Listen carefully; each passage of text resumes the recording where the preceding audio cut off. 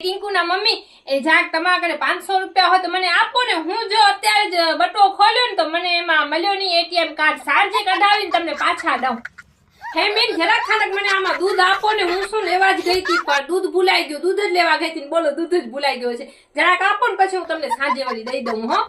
ઓય તમને હું એમ કહેતી હતી કે તમારી બાંધણી સારી નથી 20,000 વાળી તમે નવી લીધી હતી। તમને જો કામની ન હોય ને કાલ માટે તો મને એક જ દિવસ પહેરવા દેજો ને। મારે અહીંયા સગાઈમાં જવાનું છે તો મેં કીધું વળી ક્યાં ભારે કે વળી લેવા જાઉં। ટાઈમ નથી મારી ઘરે નકા દેતી આવત નવી।